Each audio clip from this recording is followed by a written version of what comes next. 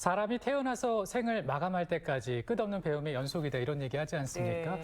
그중에서 유아교육은 교육의 첫 단계라고 볼 수가 있습니다. 그렇죠. 근데 집에서 이제 육아를 하면서 네. 우리는 자연스럽게 유치원이라든가 어린이집에 이렇게 연계 교육을 하잖아요. 네. 그러다 보니까 뭐잘 놀아주긴 하는데 이 유아 교육의 중요성을 자칫 인식하지 못하고 지나갈 때가 참 많이 있는 것 같습니다. 그렇습니다.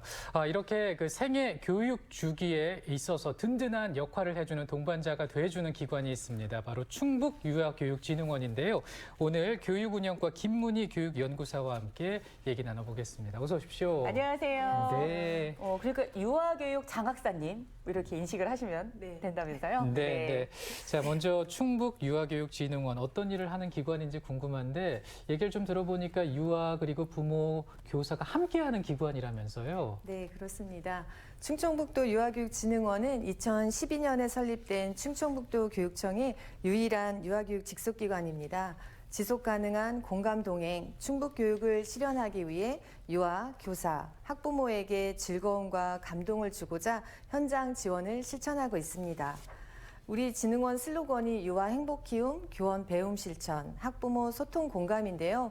유아들의 꿈을 성장시키기 위해 유아에게는 다양한 체험학습을 경험하게 하고 교원들은 배움과 실천이 균형을 이루도록 맞춤형 연수와 연구활동을 지원합니다.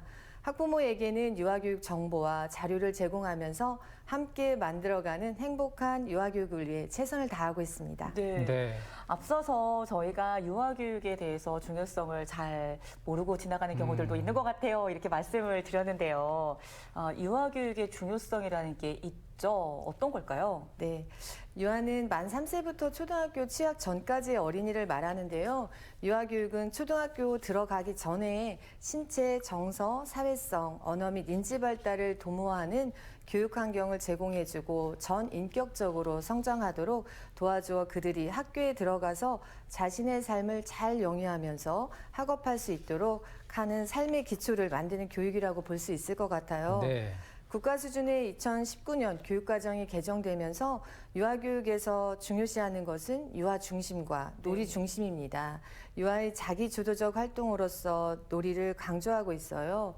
유아에게 적합하고 흥미로운 놀이 환경을 마련해주면 유아는 주도적으로 즐겁게 놀이하면서 배우게 되죠. 유아가 놀이를 통해 잘 배우며 성장해 갈 수 있도록 지원하는 것이 유아교육이라고 할 수 있습니다. 네. 그래서 이 진흥원에서 하는 그 역할 중에서 가장 이제 좀 중요하다라고 생각하는 게 바로 아이들이 좀 여러 가지 체험을 할 수 있게끔 하는 그 프로그램이 아닐까 싶어요. 자세히 살펴보면은 마음 키움터라는 곳이 또 있다면서요. 네. 우리 진흥원은 유아들이 체험할 수 있는 5개의 체험터와 생태 체험장이 있습니다. 5개의 체험터는 교육과정 5개 영역에 따라 만들어진 것인데요. 그중에서 마음 키움터는 누리과정 예술 경험 영역으로 유아들의 창의력과 예술적 표현력을 증진시키기 위해 음률활동과 미술활동 공간으로 구분하여 유아들이 생각하고 느낀 것을 예술적으로 표현하고 감상할 수 있도록 구성되었습니다. 그렇군요. 그런데 지금 이제 소개를 해주신 이 마음 배움터가 새로운 단장을 했다고 합니다. 어떻게 달라졌을까요? 네, 2012년에 유아교육진흥원이 설립되었으니까 벌써 10년이 되다 보니 시설도 노후화되고 미래교육 방향이라는 시대 흐름에 따라 유아들이 더욱 신나고 즐겁게 체험할 수 있는 개선 사업을 진행했어요. 올해 3월부터 9월 말까지 마음 키움터 재구조화 사업을 하였습니다. 기존 마음 키움터를 오감을 통한 아날로그와 디지털이 공존하는 체험 영역으로 제공하기 위해 노력하였습니다. 공사 완료 후에 9월 26일에서 27일 이틀간 유아와 교사들에게 개방하여 프로그램을 보완하고 10월부터 사전 예약을 통해 체험터를 운영하고 있는데 만족도가 아주 높습니다. 네. 그중에서 나는 연주가라는 영역이 있는데요. 드럼, 키보드, 전자기타 등 유아용 실제 악기들을 배치하였습니다. 유치원에서 경험할 수 없는 악기들 때문인지 내가 더 크게 소리 내봐야지, 멋지게 해봐야지 뽐내기를 하면서 연주를 하더라고요. 이 영역이 가장 호응이 좋습니다. 두 번째로 선호하는 영역은 내가 만든 소리인데요. 소리가 없는 구름빵 애니메이션에 아이들이 소리를 삽입해서 내가 직접 만든 구름빵을 보고 들을 수 있습니다. 두 명의 친구들이 헤드셋을 끼고 놀이를 하는데 아이들은 서로 눈을 맞추면서 이야기도 하고 호흡을 맞추는 것을 보면 역시 디지털 세대의 아이들은 다르다는 생각을 하게 되었어요. 네.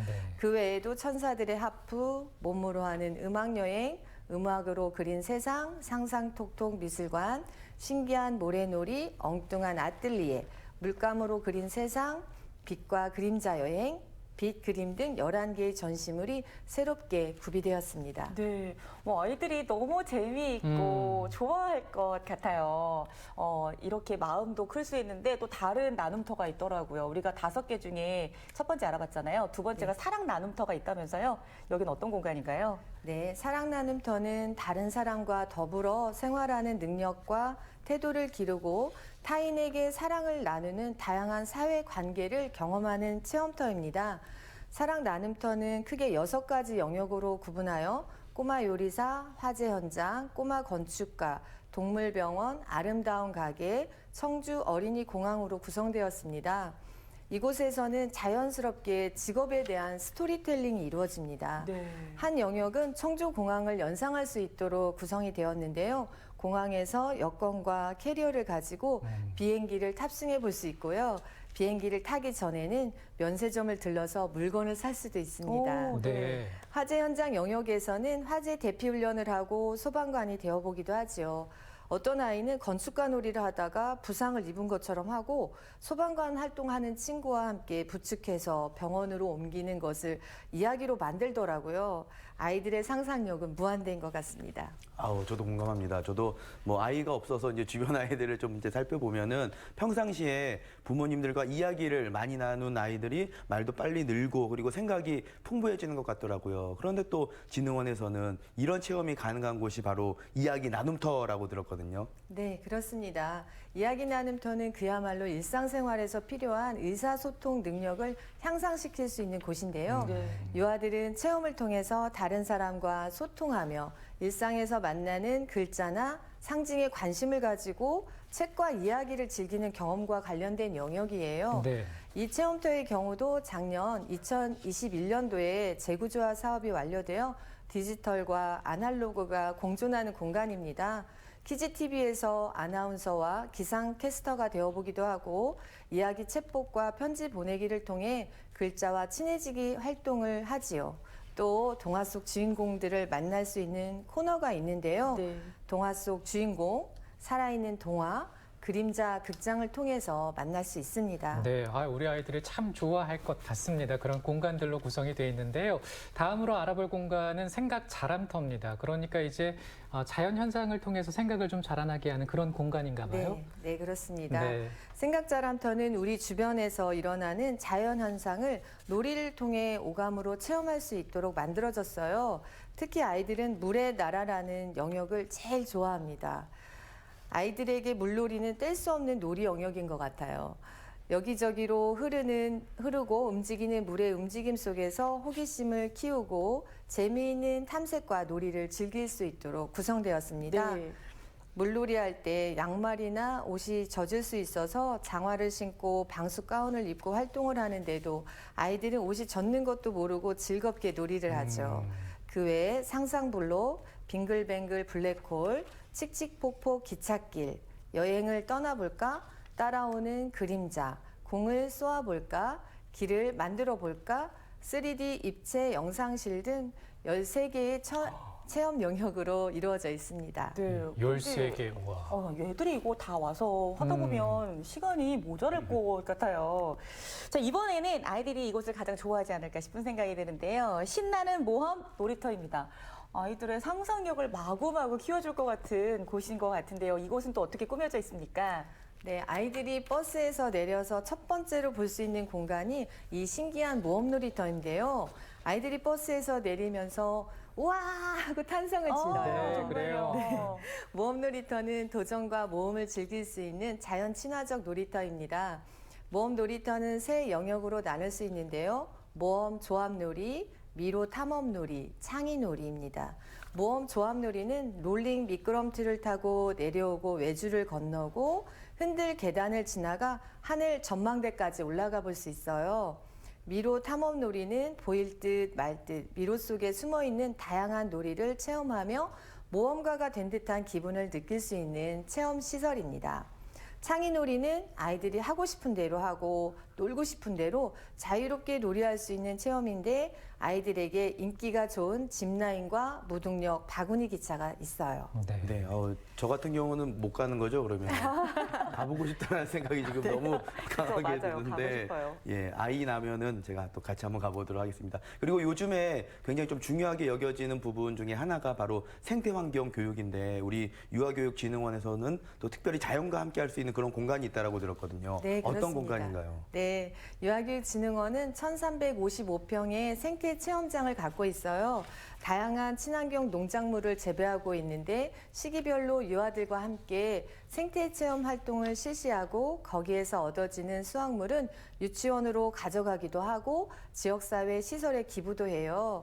올해 상반기에 지역사회 어르신과 함께하는 감자, 고구마 수확 체험을 하였고 7개 유치원 256명이 생태 체험을 하였습니다. 그 수확물을 충북 내 보육시설에 감자와 고구마를 기부하였습니다. 네. 농작물을 지역사회 시설에 기부하는 활동은 5년째 이어지고 있는 진흥원 사업 중의 하나입니다.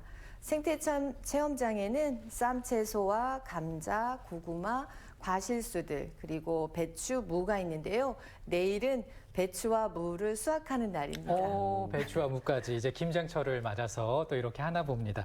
그렇다면 이제 이런 시설들을 어떻게 이용할 수 있을지도 궁금한데 별도의 신청이 필요한가요?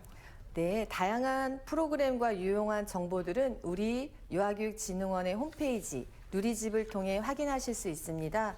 유아교육진흥원을 이용하고 싶을 때는 언제든지 충청북도 유아교육진흥원의 홈페이지를 방문해 주시면 됩니다. 네. 네, 정말 오늘 방송을 통해서 네. 이런 시설이 있었어라고 다들 다시 한번 생각해보고 놀라실 것 같은데요. 우리 아이들과 또 부모님들께서 많이 활용하시고 놀러 오시면 좋을 것 같아요. 많이 활용해 주십사라는 마지막 말씀 부탁드리겠습니다. 네, 유아교육진흥원은 유아들의 체험 활동 이외에도 교사들을 위한 전문성 신장 연수들을 기획하고 운영하고 있습니다. 유치원 현장 지원을 위해 유치원 행사 등 교육활동 지원 서비스와 찾아가는 교육 프로그램이 있어요. 충청북도에 거주하고 있는 모든 유아들과 선생님, 학부모님들께서는 유아교육진흥원의 다양한 프로그램들에 관심을 갖고 홈페이지에 자주 들러주세요. 앞으로도 충청북도 유아교육진흥원은 유아, 교사, 학부모 모두가 만족하는 행복한 유아교육이 되도록 최선을 다하겠습니다. 알겠습니다. 앞으로도 애를 좀 많이 써주시길 부탁드립니다. 우리 아이들의 행복한 미래 충북유아교육진흥원과 함께 해보시면 어떨까 싶네요. 오늘 연구사님 얘기 잘 들었습니다. 고맙습니다. 고맙습니다. 안희선 리포터 오늘 소식 가을 단품 잘 봤어요. 고맙습니다. 고맙습니다. 충북 공예페어 2022가 오늘부터 13일까지 청주 문화재조창 한국공예관 갤러리 6관에서 펼쳐진다고 네, 하네요. 공예에 대한 모든 것인데요. 섬유, 의류, 금속, 그리고 도자기, 생활공예품 등 무려 3,000여 점이 네. 전시가 되고 있습니다. 이 관람객들은 공예 체험을 직접 하실 수도 있고요. 전통 놀이 체험도 하실 수가 있다고 하니까요. 청주 문화재조창 한국공예관 갤러리로 가보시면 참 좋겠습니다. 네, 저희는 내일 또 인사드리겠습니다. 오늘 시청해 주셔서 고맙습니다. 고맙습니다.